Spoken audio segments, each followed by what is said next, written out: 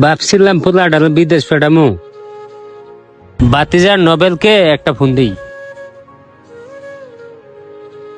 আসসালামু আলাইকুম চাচা, কেমন আছেন? এই তো বাতিজা, ও ভাবি সংসার দিন কালাল কেমন যাইব? তাও বালাই যাইতেছে। চাচা, আপনার ছেলেটারে পাঠাইবেন পাঠাইবেন বললা, আর তো পাঠাইলেন না। হ, পাঠাইবার চাইছিলাম তোমার ন। আরে চাচা, আপনার ছেলের কথা আমার মাথায় আছে। একবার আপনি ছেলের প্রবাসে পাঠাই দেখেন, প্রবাসে যে কি সুখ এটা বুঝতে পারবেন। আরে চাচা, এই যে শপিং মলটা দেখতেছেন না, এই শপিং মলের ভিতরে আমি 4টা ছেলেরে কাজে দিছি। ওদের এক একটার বেতন 2 থেকে 3 লাখ টাকা করে। ওরা 1 বছরের ভিতরে ওদের চালান উঠাই ফেলছে। চাচা, আপনার আমার অনেক ভাল লাগে, আপনি আপনার ছেলেরে পাঠাই দেন। ওদের কাছ থেকে 14 লাখ করে টাকা নিছি, আপনার কাছ থেকে 12 লাখ নিমু। সমস্যা নাই, দেখবেন দিন না যাইতে যাইতেই 1 বছরের ভিতরে আপনি দিন ঘুরে যাবো চাচা। ঠিক আছে বাবা, 12 লাখ টাকা আমি ম্যানেজ করে তোমার পাঠাইতেছি। কিন্তু বাবা, আমার একটা শর্ত আছে। আমার ফুল্লাটা আমার দেশে কখনো কষ্টের কাম করে নাই। আর শুনছি নাকি ওই দেশে অনেক কষ্টের কাজ। কষ্টের কামটা তো দিবা না বাবা?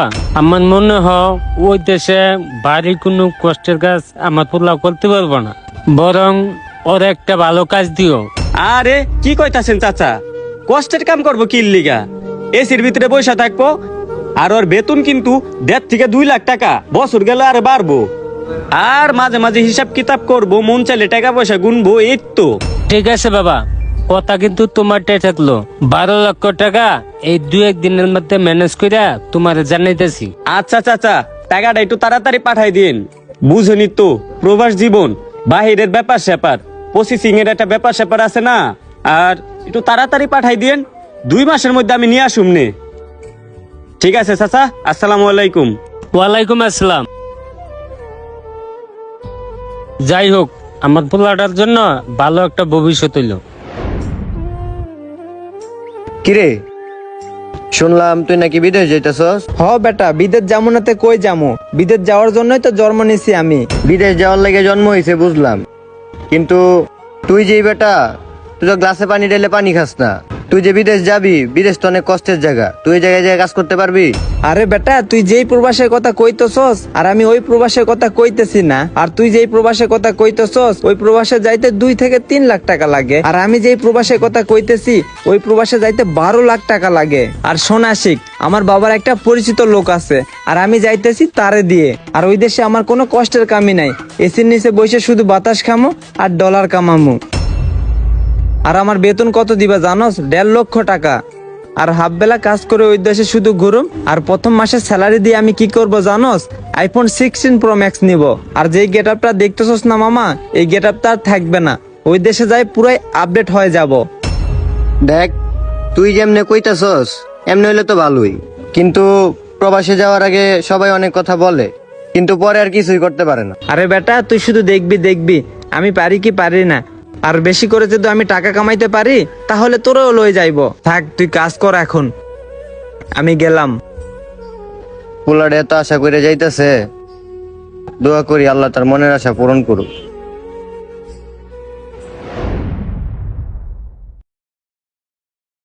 বাবা, অনেকটা ঋণ কইরা জমি জমা বন্ধক দিয়া তোরে পাঠাইতেছি, তুমি ভালোভাবে কাজ করিস বাবা।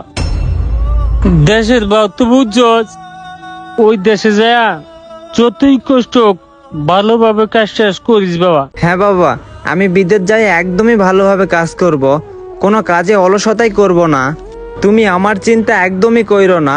আমার যত কষ্টই হোক বিদেশে যাই আমি ভালোভাবে কাজ করব।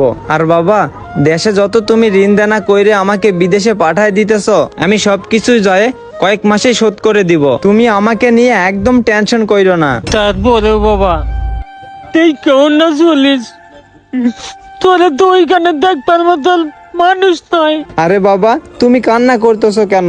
এই যে দেখো, তুমি যদি ভেঙে পড়ো তাইলে কিন্তু আমি আর যাব না। তুমি ভেঙে পড়ো না বাবা, আর তুমি থাকো।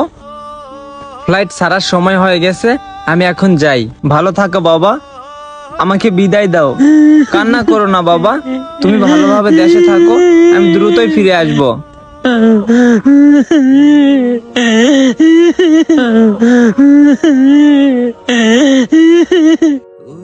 বাবা, আমি দোয়া করি আল্লাহ যেন তোরে সুখে রেখে ওই প্রবাসের মাটিতে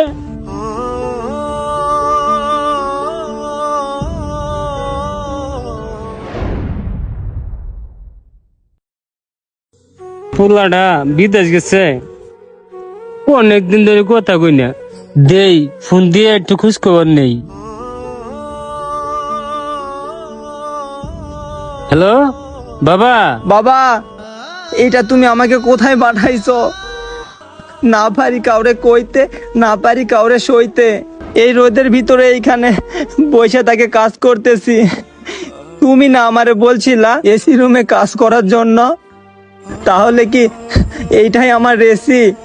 এই দুপুর বেলায় 1 গিলাস পানি খাইতে হলেও 1 ঘন্টা রাস্তা হাইটে যায় পানি খাইতে হয়। বাবা, তুমি আমাকে এইটা কোথায় পাঠাইছো? এইটাই কি প্রবাদ জীবন? আর আমি এরকম দেশে থাকতে কখনো কি কষ্টের কাজ করছি বাবা? করি নাই। তাহলে আমি বিদেশে আসে এরকম কষ্টের কাজ কেমনে করব বাবা? তুমি ভাবলা কেমনে? বাবা, তুমি আমার এখান থেকে নিয়ে যাওয়ার একটা ব্যবস্থা করো বাবা। বাবা, আমি তো দেশে থাকতেই তোমার কাছে অনেক ভালো ছিলাম। আমি আর এই কষ্টের কাম করতে পারবো না বাবা। দালাল আমাদের সাথে 2 নাম্বারই করছে বাবা।